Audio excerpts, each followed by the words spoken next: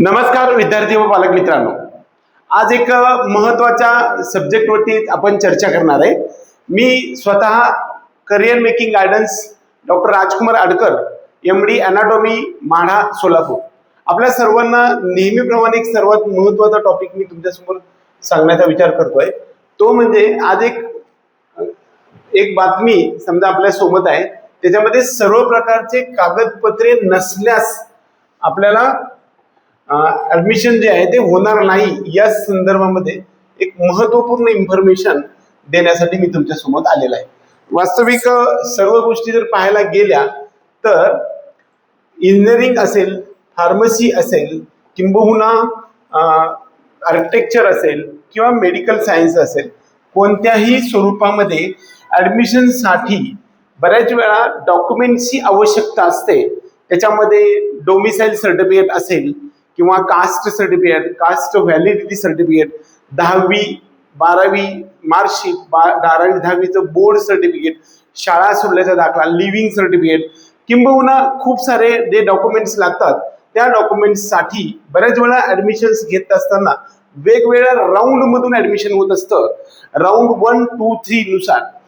कधी कधी आपण ज्यावेळेस नीटची परीक्षा देतो किंबहुना ह्या सर्व सीईटी सेल असेल किंवा सीईटी MSD सीईटीची एक्झाम देणार आहे किंवा JEE ची एक्झाम देणार आहे, या सर्वांच्या शेवटी जर आपण पाहायला गेलं तर ज्यावेळेस काउन्सिलिंग प्रोसेस प्रत्यक्षात सुरू होते त्यावेळेस जरी तुमच्याकडे डॉक्युमेंट नसेल तरी सुद्धा चालू शकतं, परंतु त्याचे जी काही स्लिप आहे अप्लाय केलेली, उदाहरणार्थ कास्ट सर्टिफिकेट, त्याच्यासाठी काही ठराविक वेळ जातो, non creamy layer, caste validity, domicile nationality, ह्या सर्व गोष्टी किंवा इन्कम सर्टिफिकेट, EWS सर्टिफिकेट, या संदर्भातल्या काही गोष्टीसाठी डॉक्युमेंटसाठी काही पिरियड लागतो। त्यावेळेस सुद्धा ज्यावेळेस आपण सीईटी सेलकडे अप्लाय करतो त्यावेळेस तुम्ही त्याची जी काही कॉपी आहे ती सुद्धा आपण अप्लाय केली तरी चालू शकते। प्रत्यक्षात काउन्सिलिंग प्रोसेस सुरू होते राऊंड 1, 2, 3 नुसार। जर तुमचं सिलेक्शन झालं, तुम्हाला एखादं कॉलेज चॉईस फिलिंग नुसार मिळालं आणि ते जर तुम्ही घ्यायला गेला तर त्यावेळेस मात्र तुम्हाला 100% तुमच्याकडे डॉक्युमेंट असणं आवश्यक असतं। बऱ्याच वेळा ते डॉक्युमेंट जर त्यावेळेस जी स्लिप जोडलेली आहे ती जर तुमच्याकडे असेल आणि ती प्रत्यक्षात जर त्यावेळेस नसेल तर तुमचं ऍडमिशन कॅन्सल होणार आहे। या संदर्भातला डिटेल महत्वाची गोष्ट यामध्ये सांगणार विद्यार्थ्यांसाठी महत्वाची सूचना, प्रवेश रद्द झाल्यानंतर शुल्क व मूळ कागदपत्रे परत करण्याची कार्यवाही करावी। प्रवेश रद्द करण्यासाठी ऑनलाईन विनंती ग्राह्य धरण्यात येईल। प्रवेश रद्द केल्यानंतर संस्थेने मूळ कागदपत्र व शुल्क परत देताना विद्यार्थ्यावर दबाव आणू नये।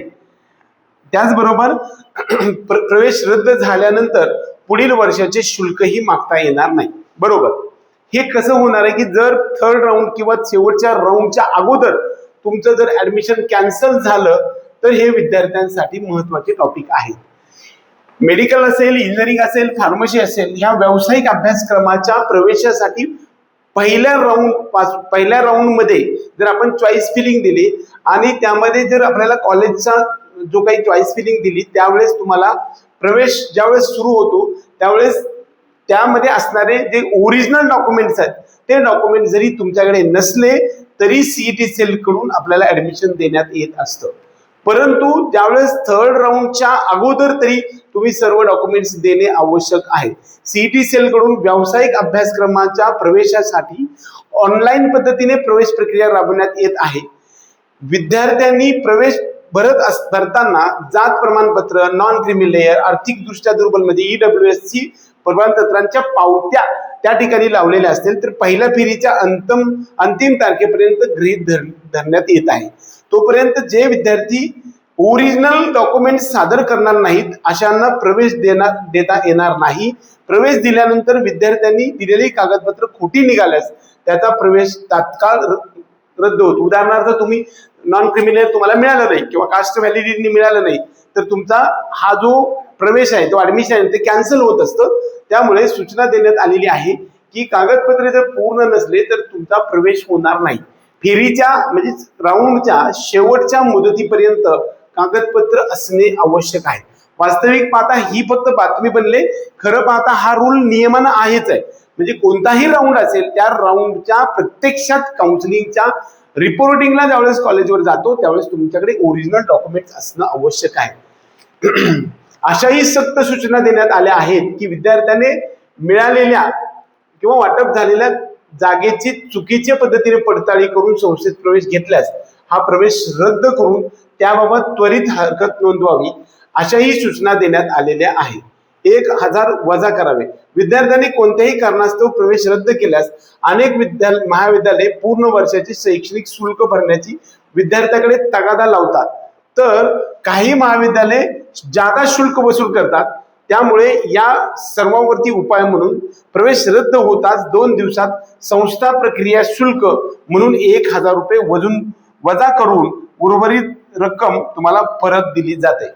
सर्वात महत्वाचा टॉपिक, कुणीही पूर्ण वर्षाची फीज किंवा 5 वर्षाची फीज घेत नाही.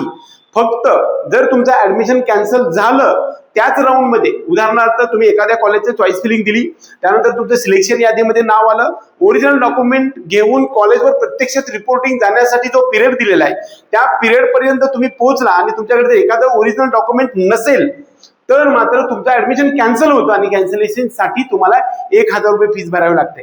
एक्झाम्पल धरून झाला की जर समजा तुम्ही एखाद्या MBBS कॉलेजची फीस 12 लाख रुपये ती भरलेली असेल आणि पुढच्या राऊंड मध्ये तुम्हाला दुसरं कॉलेज मिळालं असेल किंवा तुमची व्हॅलिडिटी झालेली नसेल किंवा ओरिजिनल डॉक्युमेंट तुमच्याकडे नसेल तर तुम्हाला कुणीही फीज वजा करून घेत नाही. 1000 रुपये फक्त शुल्क तुमच्याकडून संस्थेला एक चार्ज म्हणून घेतला जातो आणि संपूर्ण फीस तुमची परत दिली जाते. आता काही टॉपिक मध्ये याचा गैरफायदा विद्यार्थ्यांना लक्षात येऊ शकत नाही की बऱ्याच वेळा राऊंड 3च्या शेवटची रूलनुसार राऊंड 3च्या शेवटच्या डेटच्या रिपोर्टिंगच्या शेवटच्या दिवसाच्या नंतर जर तुम्ही कॅन्सल करायला गेला तर मात्र तिथून पुढे सीट मॅट्रिक्स आपलं जे नवीन सीट शिल्लक राहिलेले आहेत ते सीट्स ज्यावेळेस सीईटी सेलकडे उपलब्ध नसतं त्यावेळेस तुम्हाला ते ऍडमिशन कॅन्सल करण्याची शक्यता फार कमी असते. जर समजा ऍडमिशन झालं कॅन्सल आणि पुढच्या राऊंड मध्ये जर तुमचं सीट भरलं तरच तुमची फीस परत मिळते. जर समजा संपूर्ण प्रोसेस पूर्ण झाली आणि त्यानंतर जर तुम्ही ओरिजिनल डॉक्युमेंट परत कॉलेजकडून मागण्यात आला आणि माझं ऍडमिशन कॅन्सल करा असं सांगण्यात आलं तर ते नियम हा 1000चा नसून पूर्ण जो 4.5 वर्षाची फीज आहे ती तुम्हाला भरावी लागत असते. त्याशिवाय तुम्हाला ओरिजिनल डॉक्युमेंट मिळत नसतात. हे महत्वाचा टॉपिक आहे.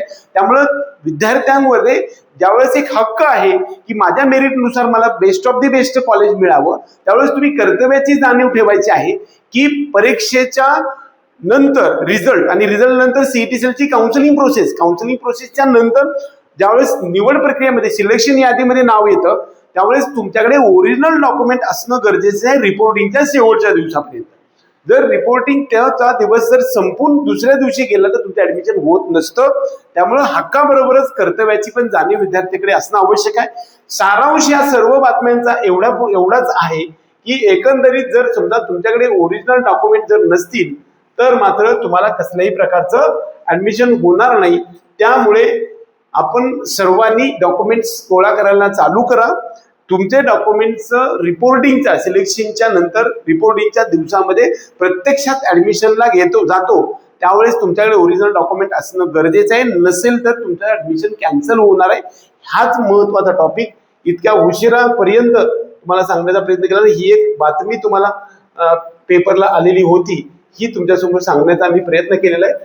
महाराष्ट्रातील तमाम विद्यार्थी आणि पालकांना कदाचित या सर्व गोष्टीचा व्हिडिओच्या माध्यमातून तुम्हाला जी इन्फॉर्मेटिव्ह सेशन सांगण्याचा मी जो प्रयत्न केलाय हा आवडला तर व्हिडिओ लाईक करा. त्याचप्रमाणे चॅनलला सबस्क्राईब करून बेल आयकॉन दाबा. जय हिंद, जय महाराष्ट्र.